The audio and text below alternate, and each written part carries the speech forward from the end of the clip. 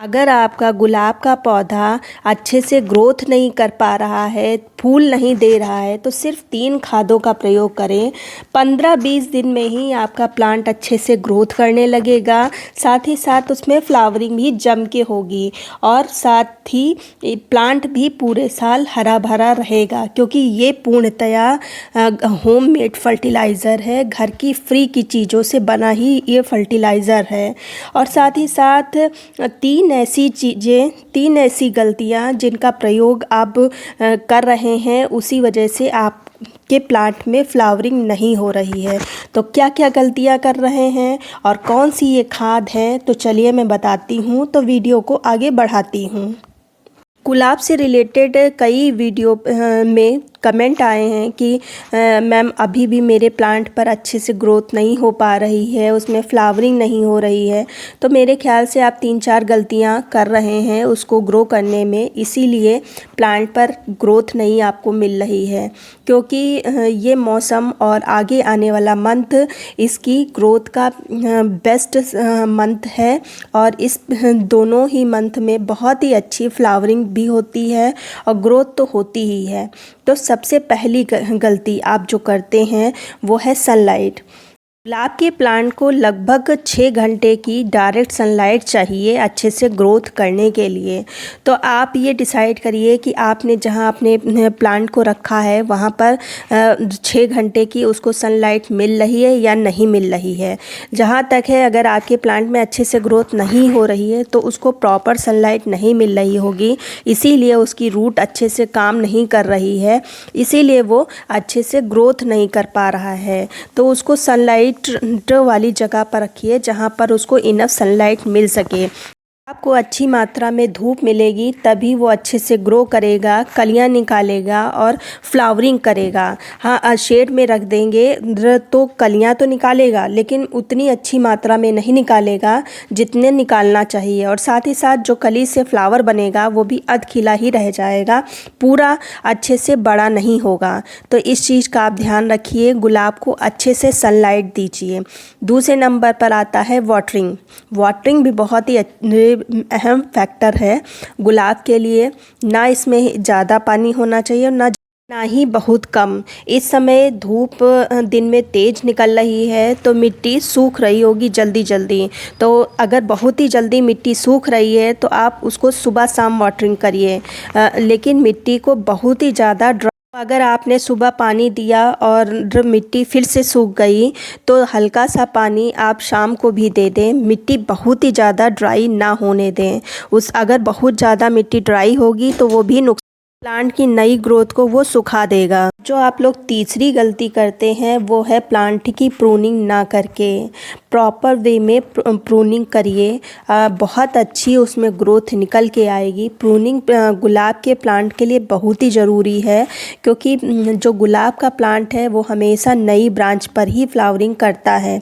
गुलाब क्या, कोई भी पौधा हो वो नई ब्रांच पर फ्लावरिंग करेगा। जब तक कि आप पुरानी ब्रांच उसकी नहीं काटेंगे तब तक कि नई नहीं निकलेगी और उसमें फ्लावरिंग नहीं होगी।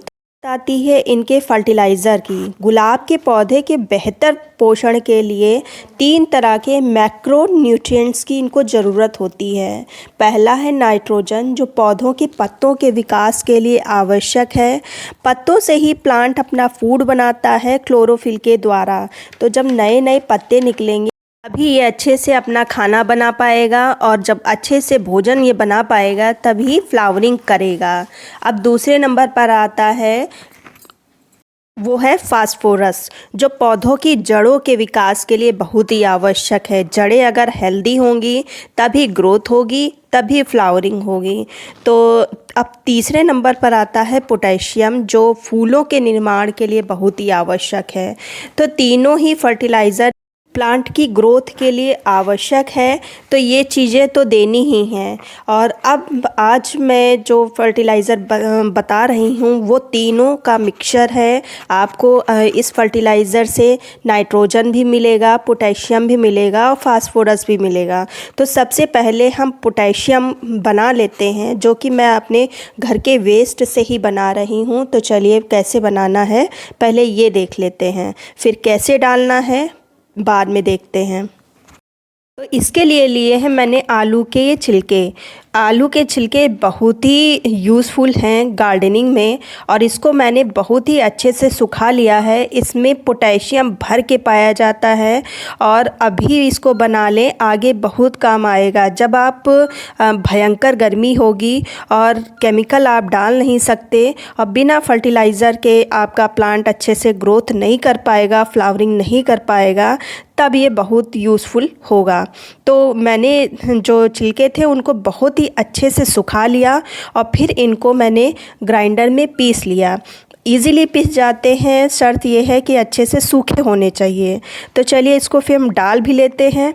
तो इसको मैंने लिया है। सबसे पहले ये निकाल दें, और निकालते रहते हैं लेकिन फिर भी पता नहीं कितनी जल्दी ये वीड्स निकल आती हैं। तो इसको हम कर लेते हैं इसमें गुड़ाई ऐसे। और गुड़ाई तो रोज़ के प्लांट में बहुत ही ज़रूरी है। 10-12 दिन के अंतराल पर गुड़ाई तो करते ही रहिए। गुड़ाई से प्लांट की रूट को एयर मिलती है, अच्छे से वो ग्रोथ कर पाती है, जिससे आपके प्लांट में ग्रोथ ऊपर दिखाई देती है।